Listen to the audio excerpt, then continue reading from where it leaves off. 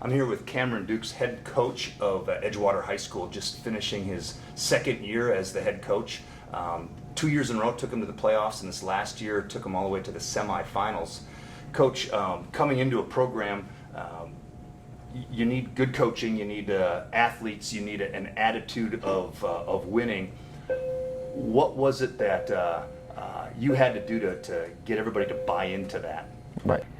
The first thing we wanted to do when we got to Edgewater and took over the program was develop relationships with our guys. There had been a lot of transitioning coaches here, and we knew the most important thing we could do was really get to know our guys, let them know that we're here as coaches to build them as men, to love them, and hopefully use the game of football to help them become better men. And the thing about relationships is it takes time. Building that trust takes time, but that was our number one goal.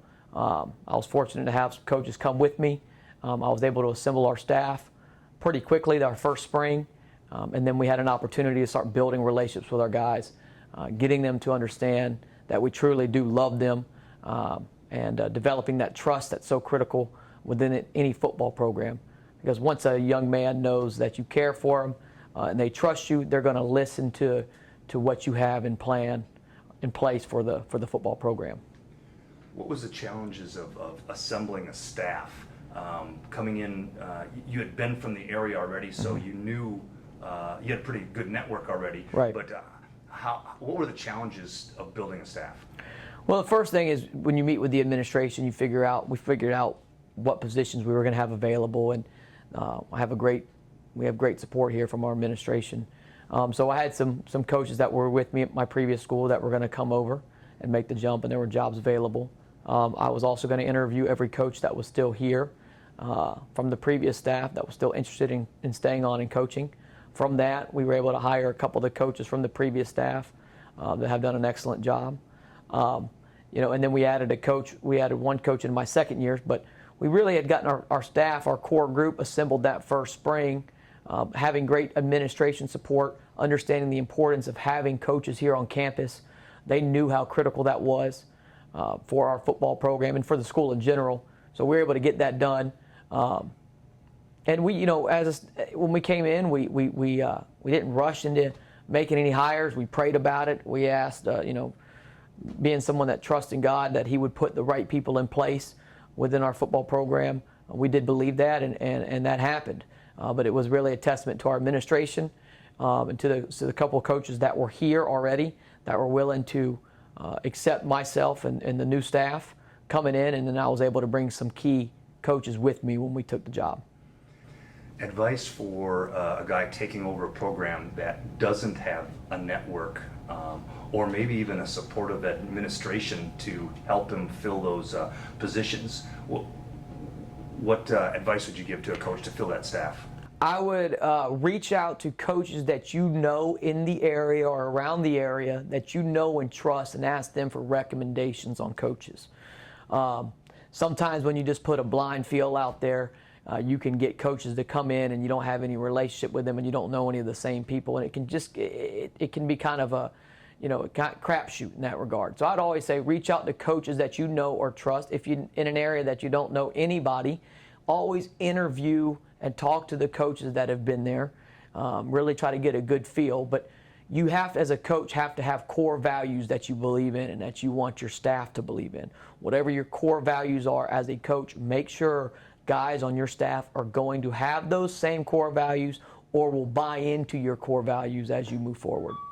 How important is it to have a supportive administrative staff in building a program or making a transition? And then to follow up with that, if you don't have that, how do you get that? I had a coach tell me one time there's 3 key ingredients to building a successful program. You have to have good players, you have to have a good staff, and you have to have good administrative support. And he goes, you need all 3 to really build a successful program. If you're in a situation where you're not so sure about the administrative support, hopefully you can be transparent and open enough to them to let them help them understand what a good football program can do for a school, how it can change the culture of a school.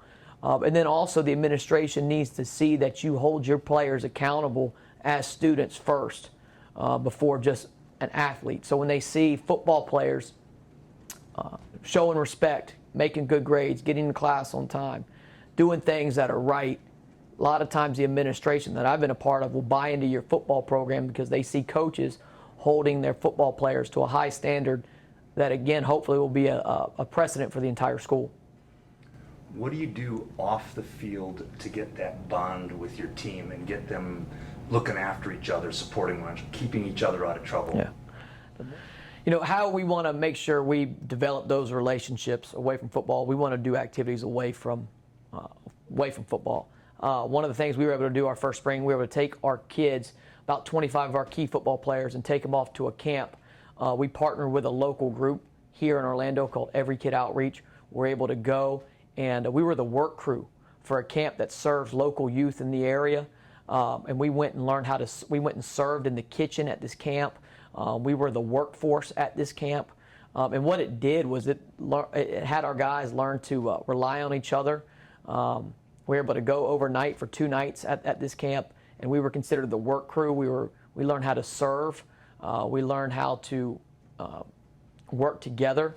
And ultimately, our guys know that, you know, it's bigger than themselves. Learning to rely on that guy next to you and learn how to serve others was something that was really important. We've done that the last 2 years right around the mid to late March time.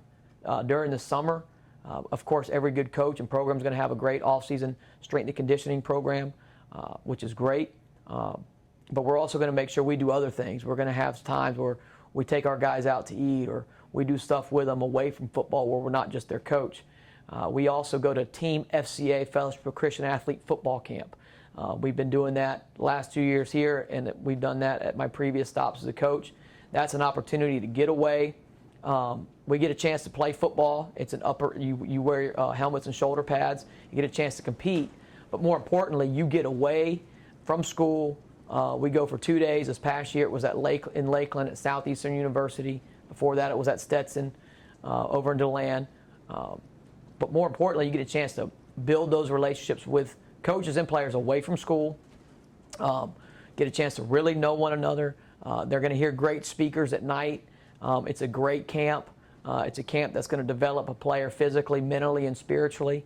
And I think the best thing that always happens is how close we come together during that camp in the summer. And it's usually mid to late July before the start of fall camp. So those are 2 key things that we do in the off season to develop those relationships with our guys. But, you know, my staff does a great job of spending time with their guys throughout the whole year. If guys play another sport, we're going to go watch them play another sport. If they play basketball, we're going to go to basketball games. They play baseball, we're going to go to baseball games. You know, and as a team, we'll go to those events as a whole unit to go out there and show support of those guys playing another sport. So it's it's a year-long commitment trying to build those relationships away from football. But, you know, it's one of those things that if you're committed to doing it, you'll find a lot of different avenues to do it. They say that money is the #1 problem in marriages. And I hear a lot of coaches talk about the finances, that's one of the biggest stress points in coaching. What does Edgewater do, or what do you do that counteracts that so it's not a problem? You know, so how we do fundraising here is multiple ways we'll fundraise. As a staff, we're going to make sure we engage our community. We're going to get out. We're going to get to know our local businesses. We're going to try to reach out to former alumni. Edgewater has a great history of tradition, and so we've tried to bring back as many alumni and community members as we can in the program, and we've seen that over the last 2 years. We will ask our guys to fundraise throughout the year with different avenues that will raise money with, and I think what it does when some of our players, or when all of our players go out and help fundraise, they now have more of a buy-in to the program. They now take more pride in the stuff that they've earned through the fundraising. And but the big thing that we really have wanted to do since being here when it comes to our fundraising efforts is having people in the community, alumni, business leaders, understand our mission as a football program and how they can come alongside us as a staff and with the players and help us complete the mission that we have. And that's, at the end of the day, developing the young men that God's put in our program into being better men through the game of football. All right, last question. You're in front of a room full of coaches who are taking over a program for the very first time. What advice would you give them in order to build that program? That's a great question. Before you go and take over a program, I think it's very important to pray about it and to go seek wise counsel. I know I've done that the last 2 jobs that I've taken. I've prayed about it and I've gone out and seeked wise counsel. And I would talk to coaches. I would talk to older coaches that have been doing a lot longer than I have, and get their advice. I would make sure I do the research on the school. I would look into the school that you're interested in taking over. I would find out about the administrative support and get a good feel about it. And then if you say, okay, this is something you want to do and you have the opportunity to go take over the program, the biggest advice I would give a coach is understand that this job is about these young men. You have an opportunity to influence them for a lifetime and beyond, and not going to make a lot of money doing it, but you got a chance to really, really impact people's lives. Billy Graham once said that a coach will influence more people in 1 year than the average person will in a lifetime.